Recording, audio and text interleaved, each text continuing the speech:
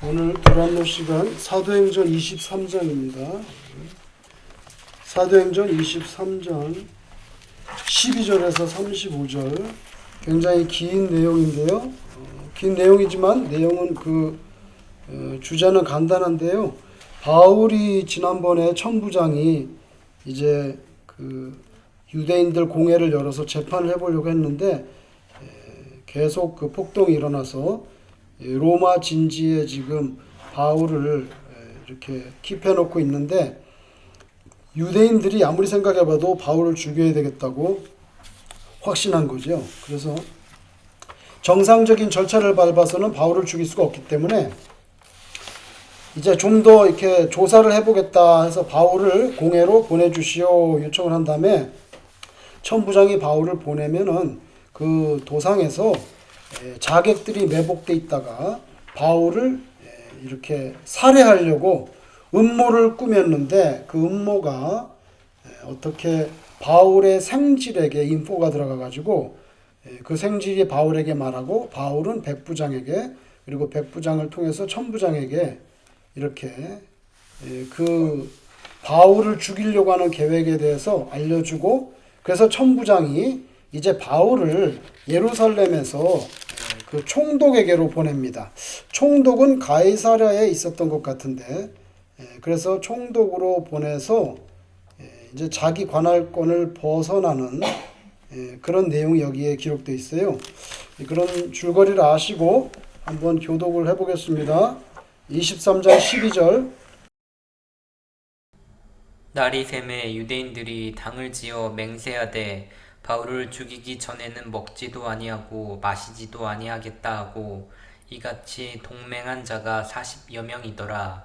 대제사장들과 장로들에게 가서 말하되 우리가 바울을 죽이기 전에는 아무것도 먹지 않기로 굳게 맹세하였으니 이제 너희는 그의 사실을 더 자세히 물어보려는 척하면서 공회와 함께 청부장에게 청하여 바울을 너희에게로 데리고 내려오게 하라. 우리는 그가 가까이 오기 전에 죽이기로 준비하였노라 하더니 바울의 생질이 그들이 매복하여 있다 함을 듣고 와서 영내에 들어가 바울에게 알린지라. 바울이 한 백부장을 청하여 이르되 이 청년을 천부장에게로 인도하라. 그에게 무슨 할 말이 있다 하니 청부장에게로 데리고 가서 이르되 제수 바울이 나를 불러 이 청년이 당신께 할 말이 있다 하여 데리고 가기를 청하더이다 하매 청부장이 그의 손을 잡고 물러가서 조용히 묻되 내게 할 말이 무엇이냐 대답하되 유대인들이 공모하기를 그들이 바울에 대하여 더 자세한 것을 묻기 위함이라 하고 내일 그를 데리고 공회로 내려오기를 당신께 청하자 하였으니 당신은 그들의 청함을 따르지 마옵소서.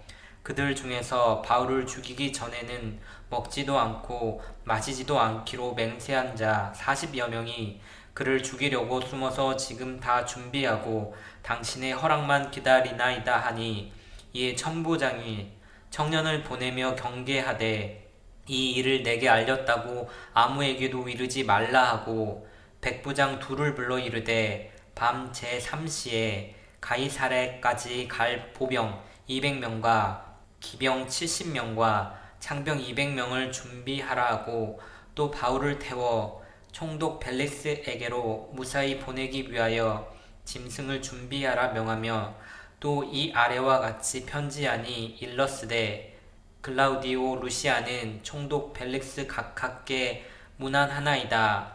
이 사람이 유대인들에게 잡혀 죽게 된 것을 내가 로마 사람인 줄 들어 알고 군대를 거느리고 가서 구원하였다가 유대인들이 무슨 일로 그를 고발하는지 알고자 하여 그들의 공회로 데리고 내려갔더니 고발하는 것이 그들의 율법 문제에 관한 것뿐이요 한 가지도 죽이거나 결박할 사유가 없음을 발견하였나이다.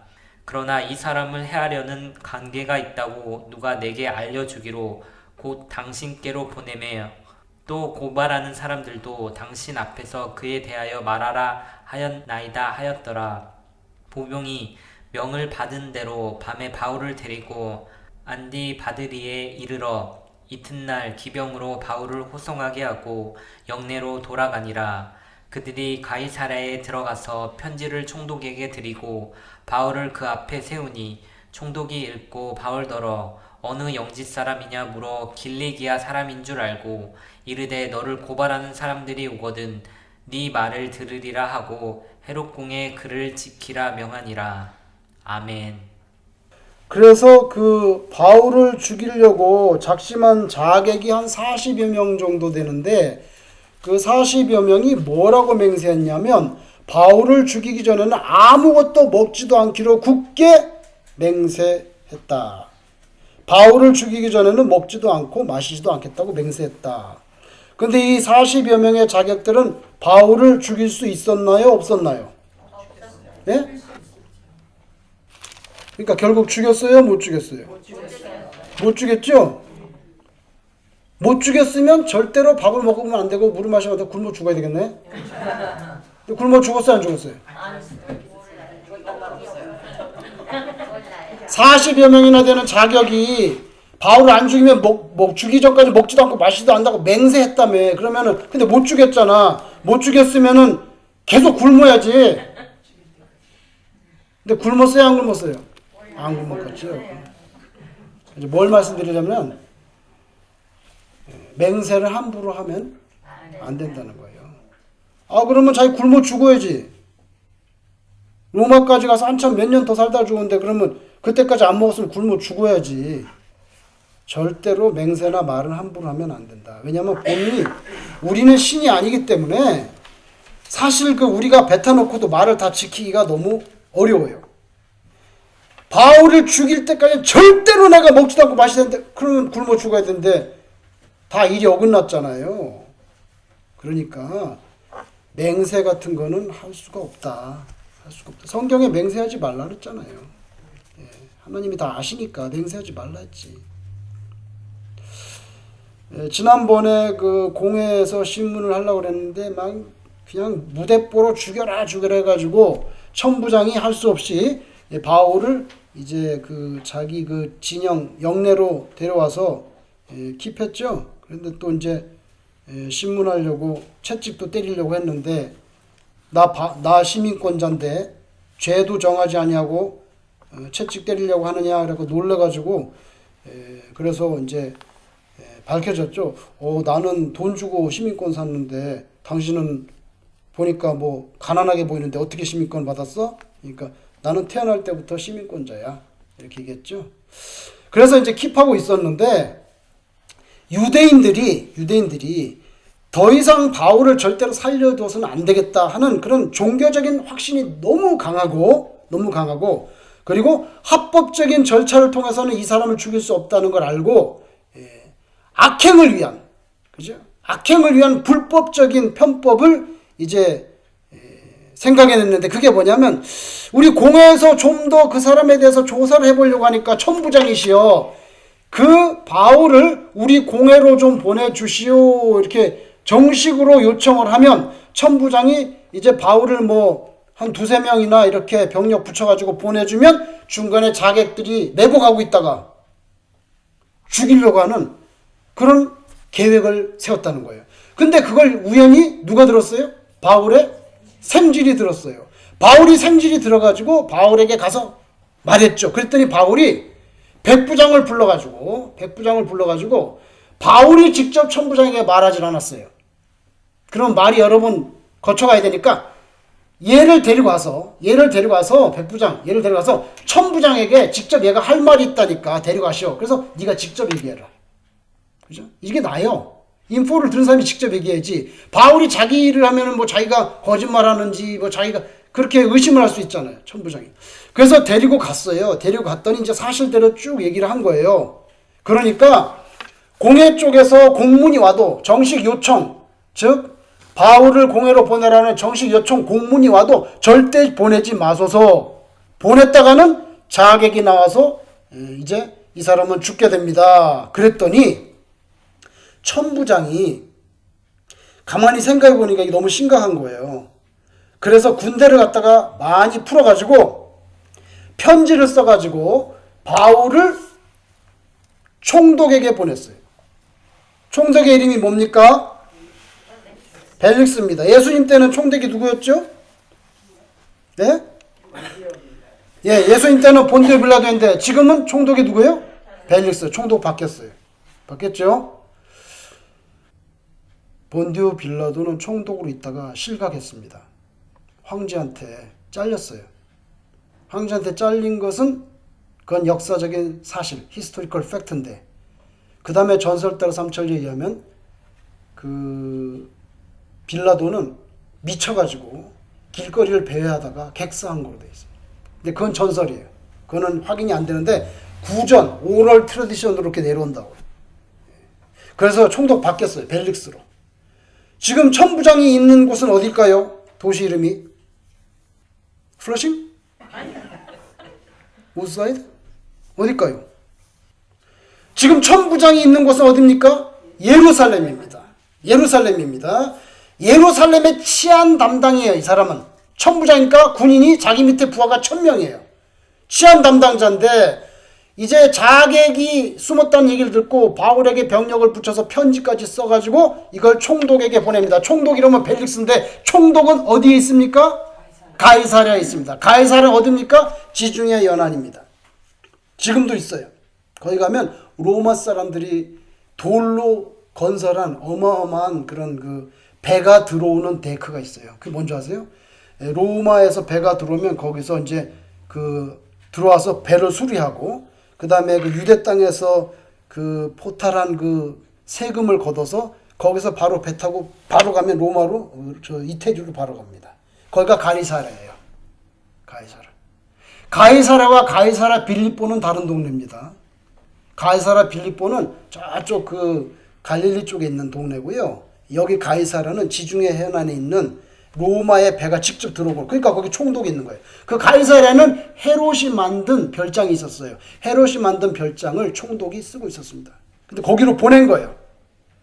그런데 바울이 죄송합니다. 천부장이 바울을 총독에게 보냈다는 것은 예루살렘에서 지금 바울이 어디로 이동합니까?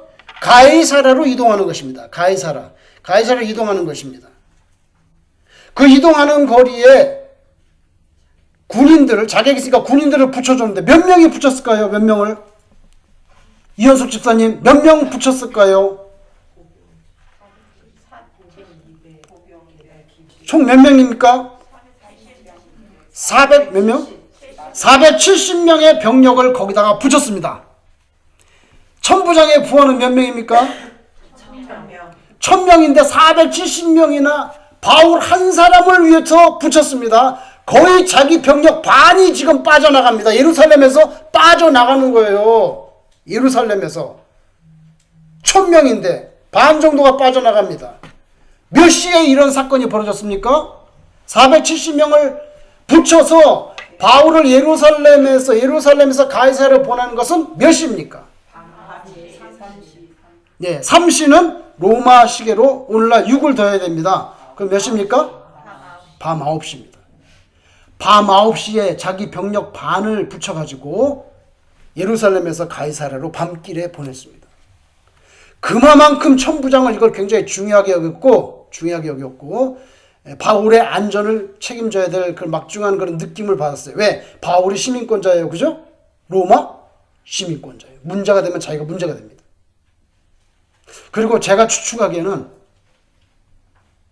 천부장의 이름이 뭘까요? 드블라지오? 누굽니까? 천부장 이름이. 거기 나오잖아요. 그러니까 제가 말했죠. 국어 시간에 책 읽듯이 그렇게 읽으면 안 되고 내용을 파악하라. 그럼 뭐라고 나옵니까? 글라우디오 루시아입니다. 글라우디오 루시아.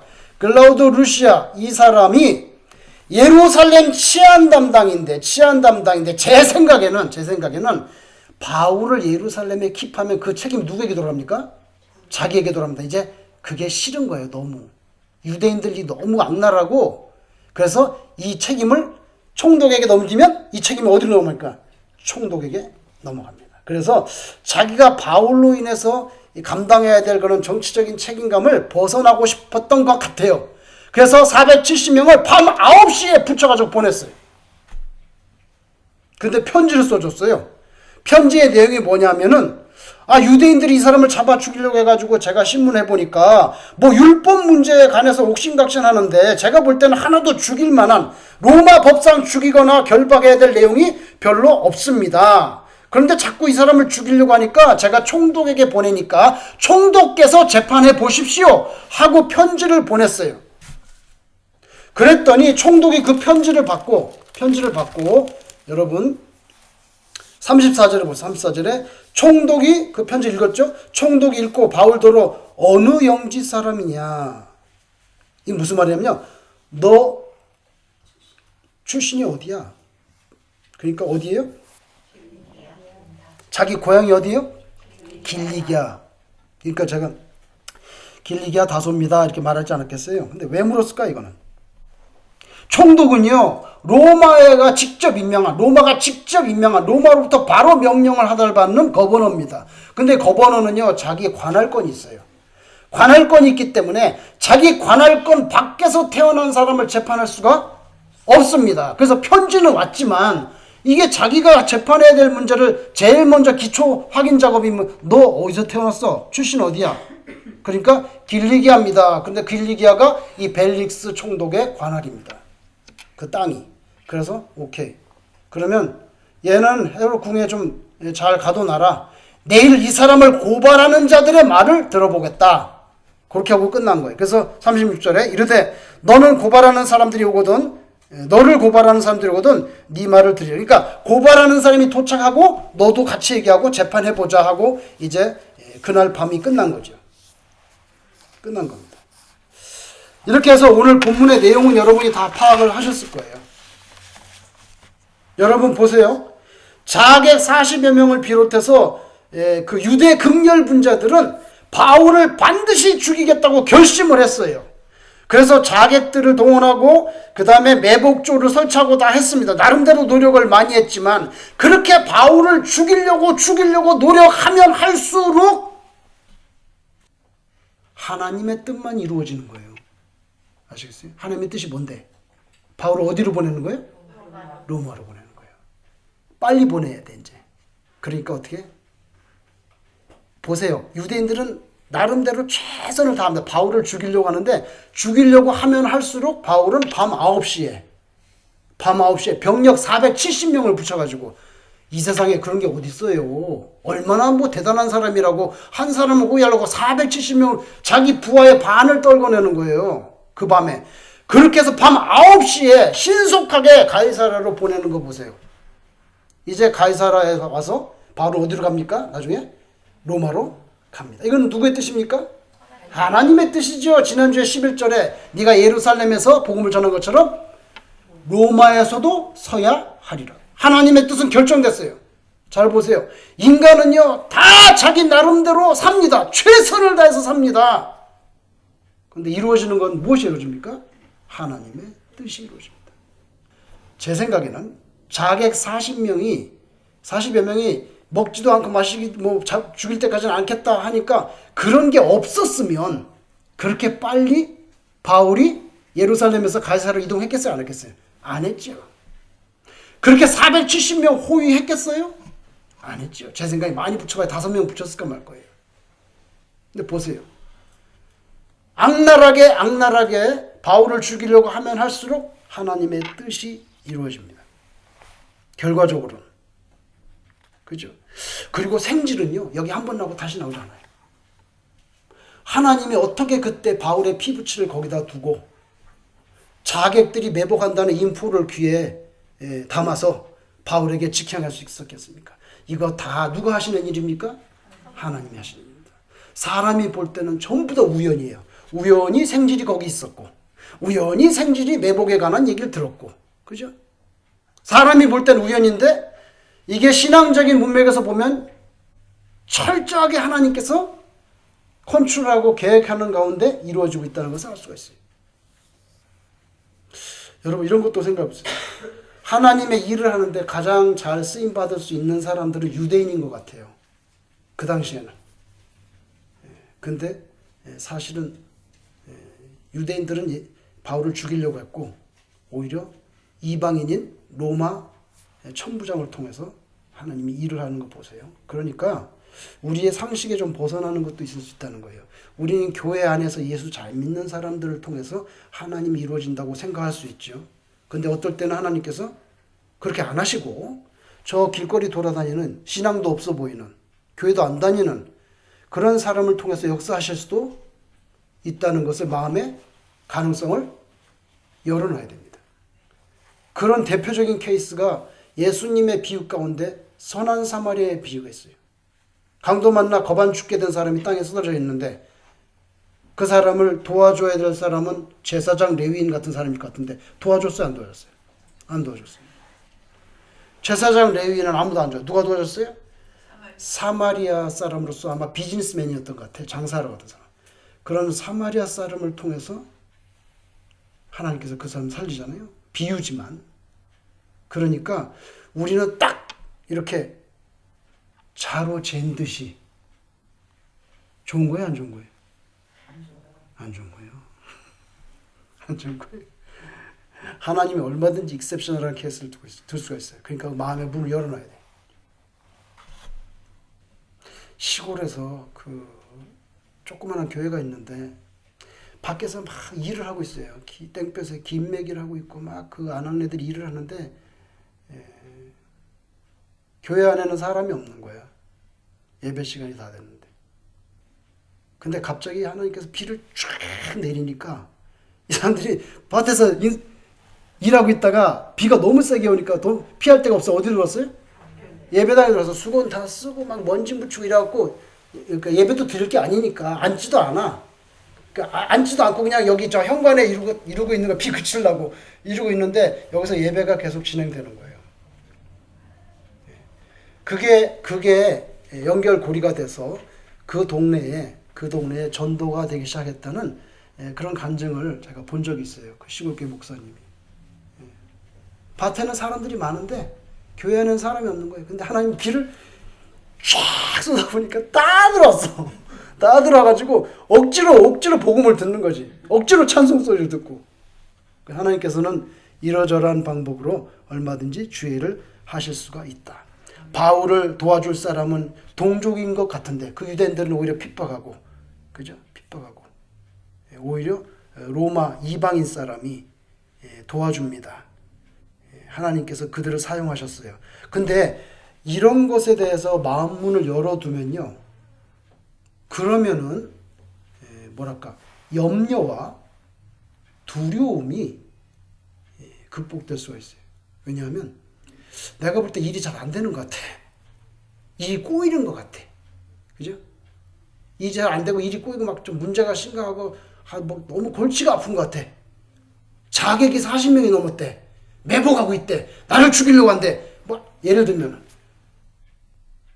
그런데 하나님께서 여러분을 지키려고 하면 얼마든지 여러분을 프로텍트하고 여러분에게 복된 길로 인도하실 수 있다 하는 것을 여러분들이 그거를 생각하고 그걸 믿고 마음을 열어둔다면 염려라든지 짜증이라든지 아니면 뭐 두려움이라든지 이런 것들도 우리가 극복을 할 수가 있다.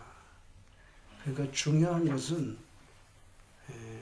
우리를 둘러싸고 있는 환경이 아니라 뭐가 중요하냐? 내가 정말 하나님을 믿느냐? 믿지 않느냐? 거기서 끝나는 거예요.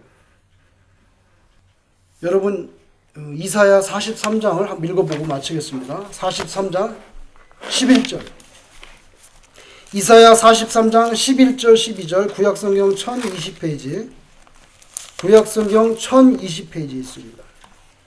이사야 43장 11, 12 1020이 아니에요?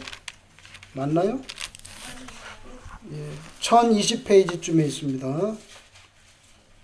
이사야 43장 11절 12절 여기 하나님께서 이스라엘 백성을 얼마나 사랑하시는지를 표현해 놨는데 바로 우리 성도님들에게도 동일하게 적용되는 그런 말씀이죠. 하나님께서 우리를 어떻게 하시는지 11절 12절 같이 읽겠습니다. 시작. 나 곧 나는 여호와라. 나 외에 구원자가 없느니라. 내가 알려주었으며 구원하였으며 보였고 너희 중에 다른 신이 없었나니 그러므로 너희는 나의 증인이요 나는 하나님이니라. 여호와의 말씀이니라. 아멘. 내가 너를 구원해 줬고 그리고 너는 나에 대한 증인이다. 그리고 나는 누구냐? 나는 인생이 아니야. 나는 하나님이라고. 그래서 구약성경에 보면 이렇게 쭉 말씀하시다가 구약성경에 쭉 말씀하시다가 자주 나오는 게 뭐예요? 나는 여호와라. 그 다음 또 말? 또한 또 이는 여호와의 말씀이라. 근데 끝. 더 이상 필요 없다는 거예요. 연구도 필요 없고 맹세도 필요 없어. 왜? 내가 하나님 말이야. 이 말은 여호와의 말이니라. 의심도 할 필요 없고 뭐 할 거 없어. 그냥 끝. 최고의 권위를 갖고 있다. 이 말씀은 최고의 권위를 갖고 있다. 믿을만하다. 그 말이 나는 여호와로라. 이는 여호와의 말씀이라. 요겁니다. 요게 뭐예요? 보증수표라는 거예요. 그죠? 그래서 뭐라고 말씀했어요? 내가 너를 구원했다. 너는 나의 증인이다. 여러분 사실 때 인생이 좀 복잡하고 꼬이는 것 같고 슬픔이나 괴로움이나 아니면 절망이나 짜증이나 걱정이나 두려움, 그러나 이 모든 것들은 여러분의 믿음이 확실하다면 그 믿음이라고 하는 그 용광로 속에 다 집어넣으면 다 없어진다는 거죠. 오늘 바울이 그런 것을 경험합니다. 우리 주님같이 기도를 드리겠습니다.